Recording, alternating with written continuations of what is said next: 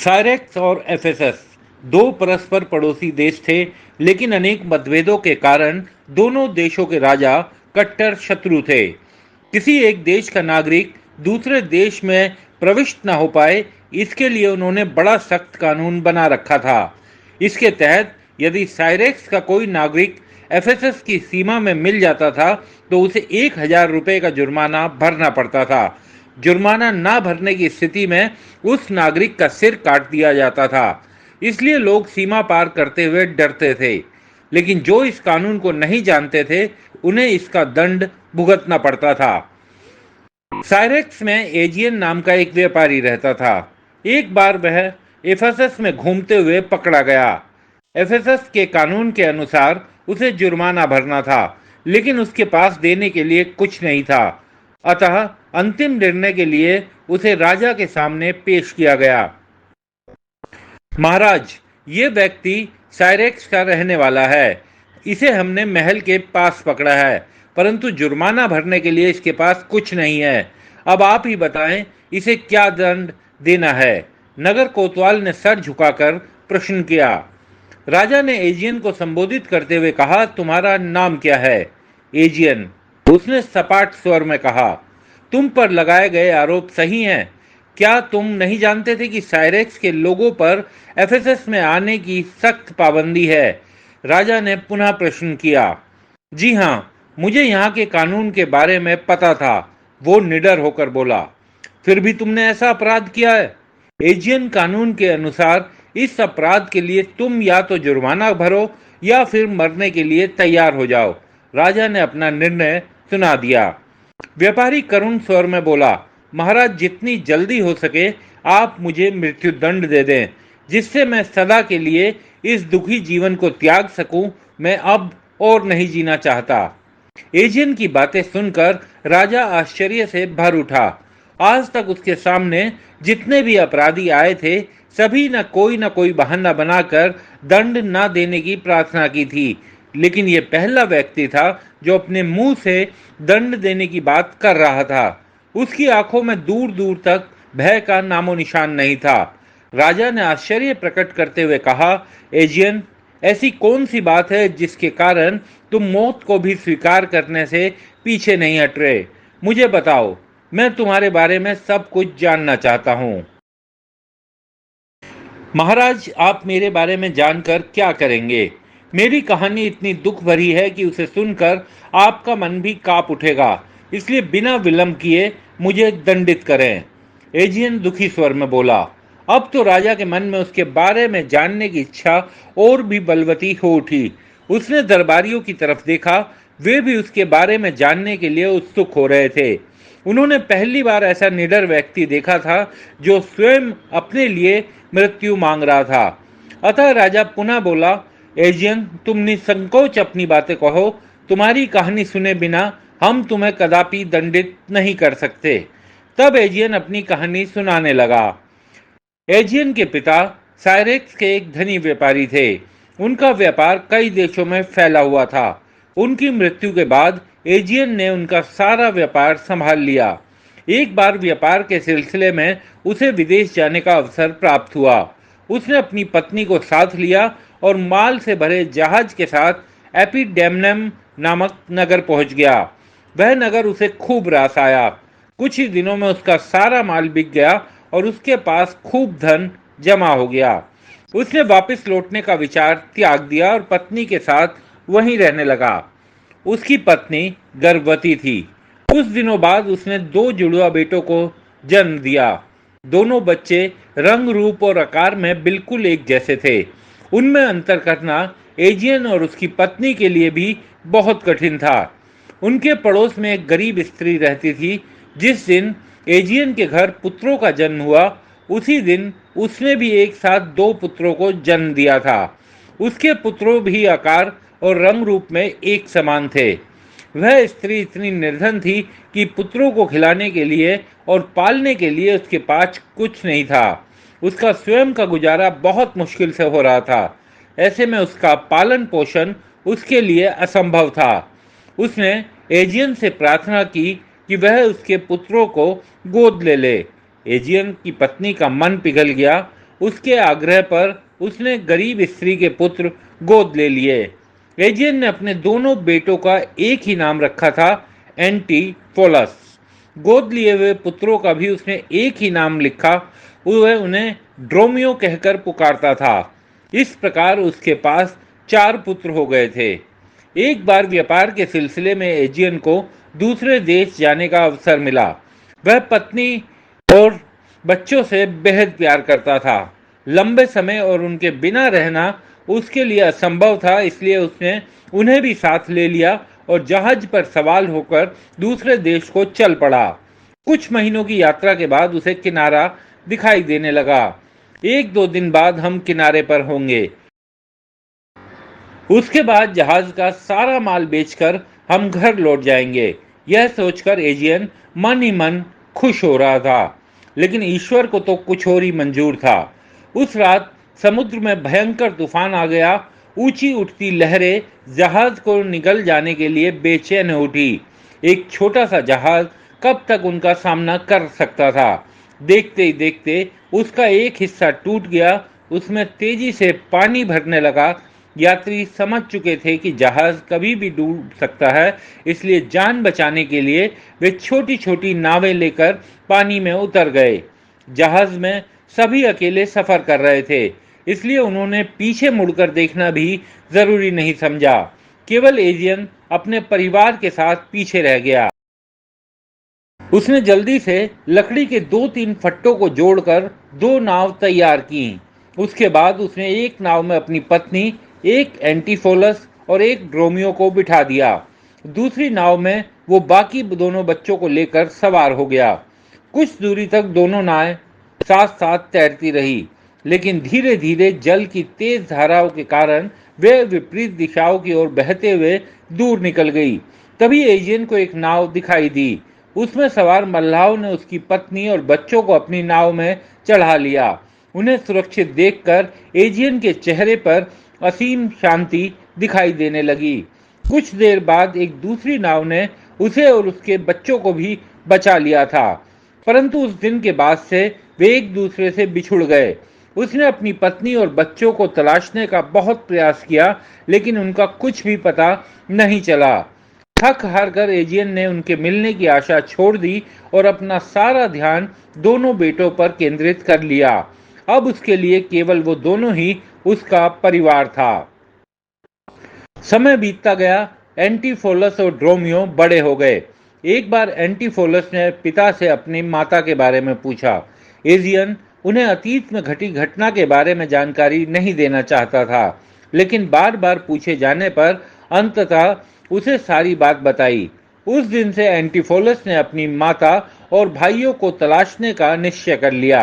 वह जोश में भरकर बोला, पिताजी, जब तक मैं माँ और भाइयों को ढूंढ नहीं लेता, मेरे मन को शांति नहीं मिलेगी। वे जहां भी हैं, मैं उनको ढूंढ कर रहूंगा। आप मुझे आशीर्वाद दें कि मैं इस कार्य में सफल हो सकूं। एजियन अपनी पत्नी और 2 बच्चों को पहले ही खो चुका था। उसमें इतनी हिम्मत नहीं थी कि वो अब अपने बेटों को अपने से दूर कर सके, लेकिन एंटीफोलस जिद पर अड़ गया। अंततः विवश होकर एजियन को अनुमति देनी पड़ी। दूसरे ही दिन वो ड्रोमियो को साथ लेकर उन्हें तलाशने निकल पड़ा। दिन गुजरते रहे, एजियन उनके लौटने की प्रतीक्षा करता रहा, लेकिन अनेक साल बीत जाने के बाद भी वो नहीं लौटे। एजियन का मन किसी अनहोनी की आशंका से कांप उठता था। उससे रहा नहीं गया तो वो भी अपने बेटों को ढूंढने निकल पड़ा। उन्हें खोजते खोजते वह एफेसस नगर पहुंचा, जहां सिपाहियों ने उसे पकड़कर राजा के सामने पहुंचा दिया था। एजियन की कहानी सुनकर राजा की आंखों से आंसू छलक आए। दरबार में उपस्थित प्रत्येक व्यक्ति भाव विवल होकर उसे ही देख रहा था। राजा स्वयं को नियंत्रित करते हुए बोले, एजियन, मुझे दुख है कि भाग्य ने तुम्हारा सब कुछ छीन लिया, लेकिन ईश्वर क्या करना चाहता है इसे हम कभी समझ नहीं सकते। मैं उनसे प्रार्थना करता हूं कि तुम्हें तुम्हारा परिवार शीघ्र ही मिल जाए। एजियन, यद्यपि मैं कानून को नहीं बदल सकता, लेकिन मैं एक दिन की मोहलत अवश्य दे सकता हूं। इस एक दिन में तुम जुर्माने का धन जुटाकर जमा कर दो। उसके बाद मैं तुम्हें स्वतंत्र कर। राजा के इस निर्णय से एजियन पर कोई असर नहीं हुआ था। ये शहर उसके लिए बिल्कुल अनजाना था। एक दिन तो क्या, वो एक महीने में भी 1,000 रुपये इकट्ठा नहीं कर सकता था। यदि कोई उसे आवश्यक धनराशि दे देता तो भी उसे अपना जीवन व्यर्थ प्रतीत हो रहा था। इसलिए इस दिन में उसने धन एकत्रित करने की जगह अपने पुत्रों को ढूंढना अधिक उचित समझा। वह महल से बाजार की ओर निकला। पुत्रों को ढूंढने की उसकी ये अंतिम कोशिश थी, इसलिए वो अपना पूरा जोर लगा देना चाहता था। उधर वर्षों पूर्व एजियन की पत्नी और पुत्रों को बचाकर मल्लाह एफेसस शहर ले आए थे। वहां एक दयालु और परोपकारी धनवान ने बालकों को गोद ले लिया। उसने पुत्रों की तरह उनका पालन पोषण किया, खूब पढ़ाया लिखाया और उनकी सुख सुविधा का पूरा ध्यान रखा। युवा होने पर वे अपनी योग्यता के कारण शीघ्र ही सेना में ऊंचे ऊंचे पदों पर नियुक्त हो गए। फिर एंटीफोलस ने वहीं की एक सुंदर और कुलीन लड़की से विवाह कर लिया था। इस प्रकार दोनों भाई एफेसस में ही सुखपूर्वक जीवन व्यतीत कर रहे थे। उनके पिता और भाई जीवित हैं, इस बात से वो पूरी तरह अनजान थे। संयोगवश जिस दिन एजियन को बंदी बनाया गया, उसी दिन छोटा एंटीफोलस और ड्रोमियो भी भटकते भटकते एफेसस पहुंच गए थे। शहर में प्रवेश करते ही उन्होंने सुना कि एक व्यक्ति को एफेसस में गैरकानूनी ढंग से प्रवेश करने के कारण पकड़ा गया है, लेकिन उन्होंने इसकी कल्पना तक ये नहीं की थी कि वह व्यक्ति उनका पिता होगा। कुछ दिन वहां ठहरने का निश्चय करके वे एक सराय में पहुंचे। सराय के मालिक ने उनका परिचय पूछा तो उन्होंने स्वयं को उसी शहर का नागरिक बताया। उसने रहने के लिए उन्हें एक कमरा दे दिया। कुछ देर विश्राम करने के बाद एंटीफोलस ने ड्रोमियो को आवश्यक वस्तुएं खरीदने बाजार भेजा। उसके बाद शहर की जानकारी लेने के लिए वो भी सराय से निकल पड़ा। तभी एंटीफोलस को ड्रोमियो दिखाई दिया। वो तेज तेज चलता उसकी ओर आ रहा था। एंटीफोलस सोच में पड़ गया कि उसे अभी बाजार गए थोड़ी देर हुई है, इतनी जल्दी वो कैसे लौट आया। उसने ड्रोमियो के थैले की तरफ देखा, परंतु वो खाली हाथ था। यह देखकर उसे गुस्सा भी आया, लेकिन इससे पहले कि वह उसे डांटता, ड्रोमियो बड़े कोमल स्वर में बोला, कप्तान साहब, आप यहाँ क्या कर रहे हैं? चलिए घर चलिए, आपकी पत्नी भोजन के लिए आपकी प्रतीक्षा कर रही है। उसकी बात सुनकर एंटीफोलस चौंक पड़ा। फिर गुस्से में भरकर बोला, ड्रोमियो, तुम्हारा दिमाग खराब हो गया है? ये कैसी बहकी बहकी बातें कर रहे हो? मेरा विवाह ही नहीं हुआ है तो पत्नी कहाँ से आ गई? ड्रोमियो, यह हंसी मजाक का समय नहीं है। मैंने तुम्हें सामान लाने भेजा था, तुम खाली हाथ क्यों लौट आए? इस बार ड्रोमियो चौंकते हुए बोला, मैं भला आपसे क्यों मजाक करूंगा? आपकी पत्नी भोजन के लिए बुला रही है, इसमें मजाक कहाँ से आ गया? आप किस सामान की बात कर रहे हैं? आपने कौन सा सामान लाने के लिए कहा था? अच्छा, अब तुम्हें यह भी याद नहीं कि मैंने तुम्हें क्या लाने के लिए कहा था? ड्रोमियो, बहुत मजाक हो गया। अब चुपचाप जाकर अपना काम निपटाओ और ये बार बार पत्नी पत्नी मत चिल्लाओ। मेरी कोई पत्नी नहीं है, एंटीफोलस ने उसे झिड़कते हुए कहा। वास्तव में वो बड़ा ड्रोमियो था, जो छोटे एंटीफोलस को बड़ा एंटीफोलस समझ रहा था। इधर एंटीफोलस बड़े ड्रोमियो को छोटा ड्रोमियो समझकर उसे डांट रहा था। इस प्रकार दोनों एक दूसरे को गलत समझ बैठे थे। एंटीफोलस का अजीब व्यवहार देखकर ड्रोमियो ने कहा कि अवश्य कप्तान साहब अपनी पत्नी से लड़कर आए हैं, इसलिए गुस्से में हैं। लेकिन भाभी ने मुझे इन्हें लाने के लिए कहा है, इसलिए मैं इन्हें लेकर ही जाऊंगा। यही सोचकर वो उनसे घर चलने की प्रार्थना करने लगा। आखिरकार एंटीफोलस चिढ़ गया और बड़े ड्रोमियो का हाथ पकड़कर बोला, लगता है तेरे दिमाग का इलाज करवाना होगा। यह जानते हुए भी कि मेरा अभी विवाह नहीं हुआ है, बार बार पत्नी पत्नी बोल रहा है। चल पहले तुझे उस लड़की से मिलता हूँ जिसे तू मेरी पत्नी बता रहा है, उसके बाद तुझे सीधा करूँगा। यह कहकर वह ड्रोमियो के साथ चल पड़ा। रास्ते में बाजार पड़ता था। उस समय वहाँ बहुत चहल पहल थी। इस भीड़ में एंटीफोलस और ड्रोमियो अलग अलग हो गए। एंटीफोलस ने इधर उधर देखा, लेकिन ड्रोमियो कहीं दिखाई नहीं दिया। तभी उसे छोटा ड्रोमियो टकरा गया। वह उसे डांटते हुए बोला, कहाँ चला गया था मुझे भीड़ में छोड़कर? चल, कहाँ लेकर चल रहा था मुझे? ड्रोमियो आंखें झपकाते हुए बोला, भूल गए क्या? आप ही ने तो मुझे सामान लाने बाजार भेजा था और मैं आपको सराय में छोड़कर आया था। आप यहाँ क्या कर रहे हैं? एंटीफोलस का पारा ऊपर जा पहुंचा। ड्रोमियो, सराय से तुम मुझे ये कहकर लाए थे कि मेरी पत्नी खाने के लिए बुला रही है और यहाँ आकर कह रहे हो कि तुम यहाँ सामान खरीदने आए हो। ऐसा बेहुदा मजाक मुझे पसंद नहीं है। मैंने कब कहा कि आपकी पत्नी बुला रही है? क्या मैं नहीं जानता कि आप अभी कुंवारे हैं? जरूर आपको कोई गलतफहमी हुई होगी, रोमियो धीरे से बोला। इधर ये दोनों बाजार में उलझे पड़े थे। उधर कप्तान की पत्नी अपने पति की प्रतीक्षा कर रही थी। ड्रोमियो अभी तक कप्तान साहब को लेकर नहीं आया था। यही सोचकर वो परेशान हो रही थी और जब समय अधिक हो गया तो स्वयं पति को घर लाने के लिए चल पड़ी। बाजार में पहुंचते ही उन्होंने छोटे एंटीफोलस और छोटे ड्रोमियो को बातचीत करते देखा। वह उसे कप्तान समझ बैठी और पास आकर बोली, आप यहाँ क्या कर रहे हैं? मैंने आपको भोजन के लिए बुलाया था, लेकिन लगता है कुछ ज़्यादा ही नाराज़ हैं, इसलिए बुलाने पर भी नहीं आए। एक युवती के मुंह से अपने लिए पति शब्द सुनकर एंटीफोलस चौंक पड़ा। उस समय आसपास खड़े लोग उसी ओर देख रहे थे। एक अनजान युवती उसे पति पुकारे, यह उसके लिए असहनीय था। वह क्रोध से भड़क उठा और तमकते हुए बोला, कौन हो तुम जो बार बार मुझे पति कहकर संबोधित कर रही हो?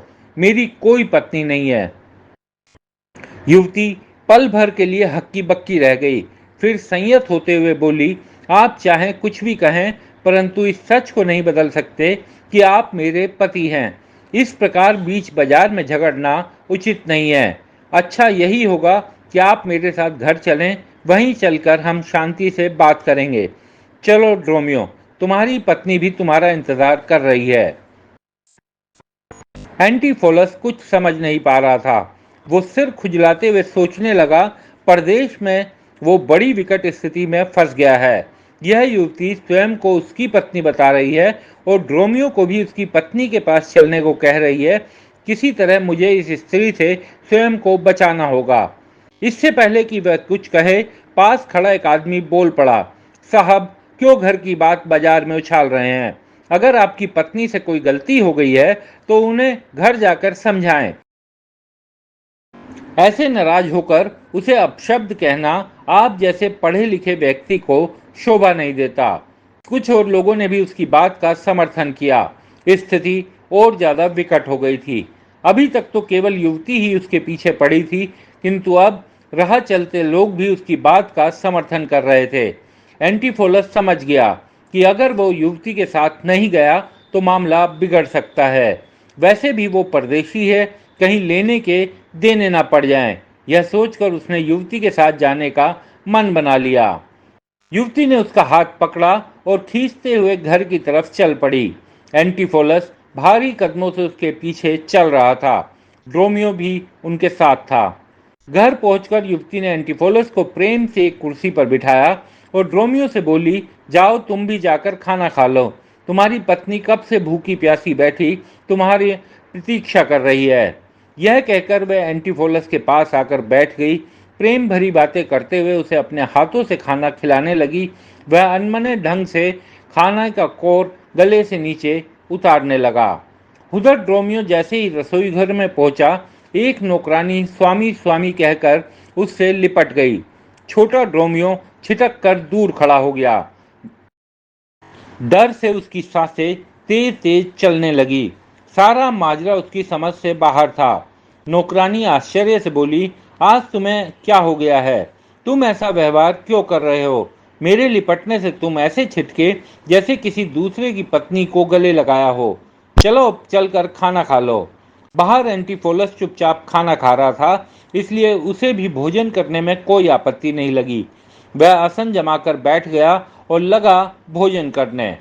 इतनी देर में बड़ा एंटीफोलस और बड़ा ड्रोमियो घर लौट आए और अपना दरवाजा खटखटाने लगे, परंतु किसी ने दरवाजा नहीं खोला। बहुत देर तक बाहर खड़े रहने के बाद बड़ा एंटीफोलस बोला, लगता है घर देर से आने के कारण बीवियां हमसे नाराज हो गई हैं। इसलिए उन्हें मनाने के लिए हमें कुछ उपहार लेकर आना चाहिए। ड्रोमियो ने उसकी बात का समर्थन किया। फिर वो दोनों बाजार की तरफ चल दिए। इधर भोजन करने के बाद छोटा एंटीफोलस और ड्रोमियो वहां से निकल भागने की बात सोचने लगे। थोड़ी देर बाद जब दोनों स्त्रियां गहरी नींद में सो गई तो वो धीरे से उठे और वहां से भाग निकले। अभी छोटा एंटीफोलस कुछ ही दूर गया था कि मार्ग में उसे एक सुनार टकरा गया। वह मुस्कुराते हुए उसके पास आया, एक डिब्बा पकड़ाते हुए बोला, लीजिए कप्तान साहब, अपनी अमानत संभालिए। मैं इसे देने के लिए आपके घर जा रहा था, अच्छा हुआ आप यहीं मिल गए। यह रत्न जड़ित सोने का हार आपको पूरे शहर में कहीं नहीं मिलेगा। आप इस हार की कीमत दुकान पर ही भिजवा देना। ये कहकर वो व्यक्ति चला गया। एंटीफोलस हैरान था, खड़ा हुआ था। बार बार उसके दिमाग में सुबह से घटी घटनाएं घूम रही थी। वो इस शहर में पहली बार आया था, लेकिन हर कोई उसके साथ ऐसा बर्ताव कर रहा था मानो उसे वर्षों से जानता हो। सुनार भी बिना किसी जान पहचान के उसे इतना कीमती हार सौंप गया था। तभी वहां से एक बुढ़िया गुजरी। वह छोटे एंटीफोलस को आशीर्वाद देते हुए बोली, बेटा, तुम्हारे ही कारण मेरा बेटा निर्दोष साबित होकर जेल से छूटा है। भगवान तुम्हें लंबी उम्र दे। बुढ़िया के जाने के बाद वहां एक युवक आया और बड़े प्रेम से उससे मिला। वह युवक भी उसके साथ परिचितों जैसा व्यवहार कर रहा था। तभी एक व्यक्ति ने आकर उसे अपने पुत्र की शादी का निमंत्रण पत्र थमाया और परिवार के साथ विवाह में आने के लिए अनुरोध किया। एक अन्य व्यक्ति ने उसे मोहरों की थैली पकड़ाते हुए बोला, कप्तान साहब, आपने वक्त पर मेरी सहायता कर मुझे उबार लिया। आज मैं जो कुछ हूँ आपके कारण हूँ। यह लीजिए, अपना धन स्वीकार कीजिए।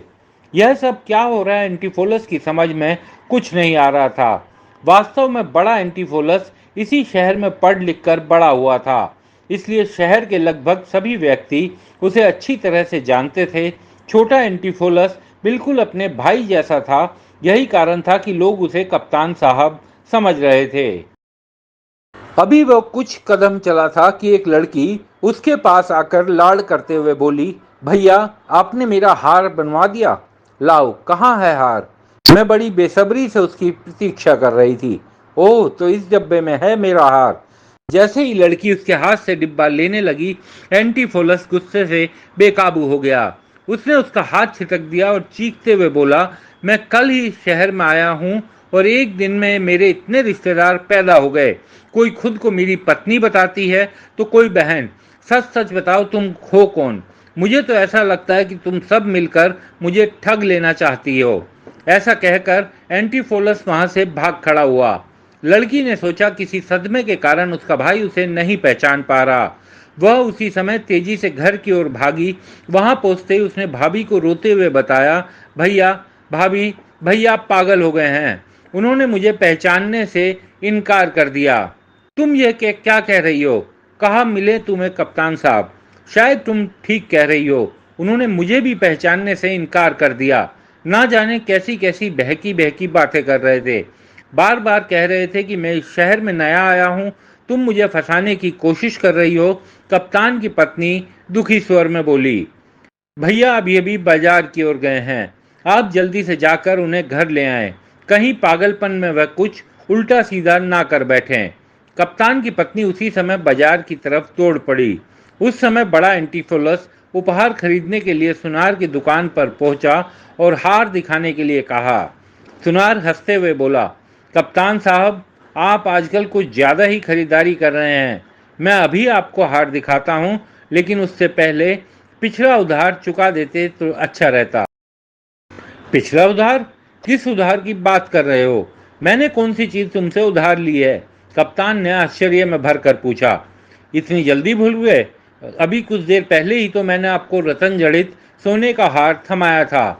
थोड़ी देर पहले? क्या बात कर रहे हो तुम? आज ये हमारी पहली मुलाकात है। तुमने जरूर किसी और को हार पकड़ा दिया होगा। मैं आज सुबह इस ओर आया ही नहीं, कप्तान ने पुनः कहा। कप्तान साहब, ऐसा मजाक अच्छा नहीं है। मैंने खुद आपको वो हार दिया था। मेरी आंखें धोखा नहीं खा सकती। इस बार सुनार उत्तेजित हो गया था। धीरे धीरे दोनों का झगड़ा बढ़ता गया। अंततः बात थाने तक पहुंची। थानेदार ने दोनों को जेल में डाल दिया। उधर कप्तान की पत्नी उसे खोजते हुए सुनार की दुकान पर पहुंची। वहां उसे पता चला कि उसके पति को पुलिस पकड़ कर ले गई। वो उसी समय थाने जा पहुंची और थानेदार से बोली, मेरे पति बिल्कुल निर्दोष हैं, वो कोई अपराध नहीं कर सकते। अवश्य अनजाने में उनसे कोई भूल हो गई होगी। वैसे भी आज सुबह से वो अजीब सा व्यवहार कर रहे हैं। ऐसा लगता है कि जैसे उन्हें कोई पागलपन का दौरा पड़ा है। आप उन्हें छोड़ दें जिससे मैं उनका इलाज करवा सकूं। थानेदार को उसकी बातों पर विश्वास हो गया और उसने कप्तान को पागल समझकर छोड़ दिया। घर आकर कप्तान की पत्नी ने नौकरों से कहा, कप्तान साहब को इसी समय रस्सी और जंजीरों से बांध कर कमरे में बंद कर दो, ये पागल हो गए हैं। मैं अभी डॉक्टर को बुलाकर इनका इलाज करवाती हूँ। एंटीफोलस चीख चीख कर कहता रहा कि वो पागल नहीं है, लेकिन किसी ने उसकी एक न सुनी। उसे कमरे में बंद करके कप्तान की पत्नी डॉक्टर को लेने चली गई। जब वो डॉक्टर को लेकर घर लौट रही थी तो बाजार में उसे छोटा एंटीफोलस दिखाई दिया। उसने समझा किसी तरह खुद को छुड़ाकर यह घर से भाग आया है। डॉक्टर साहब, ये रहे मेरे पति, ये रहे मेरे पति। फिर वो पुकारते हुए दौड़ पड़ी, कप्तान साहब, कप्तान साहब। एंटीफोलस ने जब आवाज की दिशा में देखा तो उसे कप्तान की पत्नी दिखाई दी। उसे अपनी ओर आते देखकर उसके होश उड़ गए। वो समझ गया कि ये स्त्री फिर उसे जबरदस्ती अपने घर ले जाएगी। लिहाजा उसने आव देखा न ताव, पैर पर पैर रखकर विपरीत दिशा में भाग लिए। उन्हें भागता देख कप्तान की पत्नी चिल्लाई, पकड़ो उन्हें, भगवान के लिए पकड़ो उन्हें, वो पागल हो गए हैं। छोटा एंटीफोलस अपने लिए पागल शब्द सुनकर घबरा गया। वो तेजी से भागता हुआ एक मंदिर में जा छिपा। मंदिर में एक पुजारिन रहती थी। एंटीफोलस ने अपनी सारी कहानी संक्षेप में बताकर सहायता करने की प्रार्थना की। उसने ये भी बता दिया कि एक चालाक औरत जबरदस्ती उसे अपना पति बनाकर घर ले आना चाहती है। वो पुजारिन के पैरों में गिर पड़ा और रोते हुए बोला, माँ, इस दुष्ट औरत से मेरी रक्षा करो।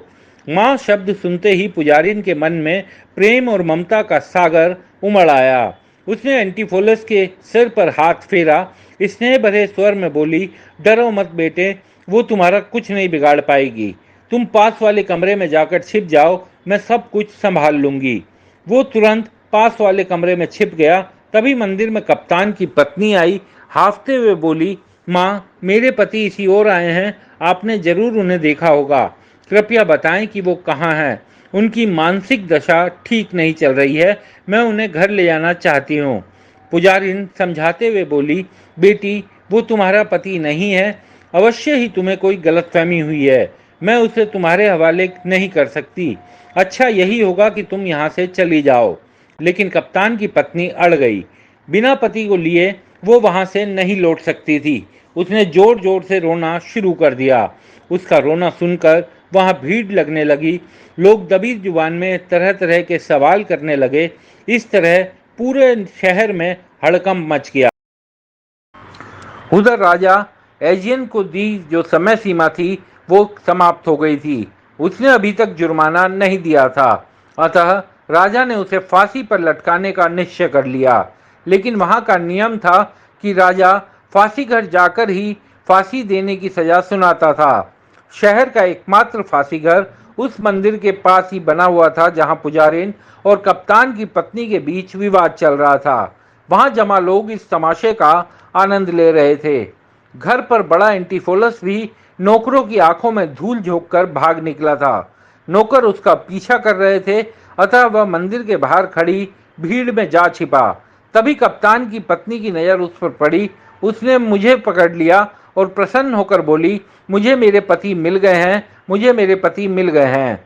एंटीफोलस को बाहर देखकर पुजारिन भी आश्चर्यचकित रह गई।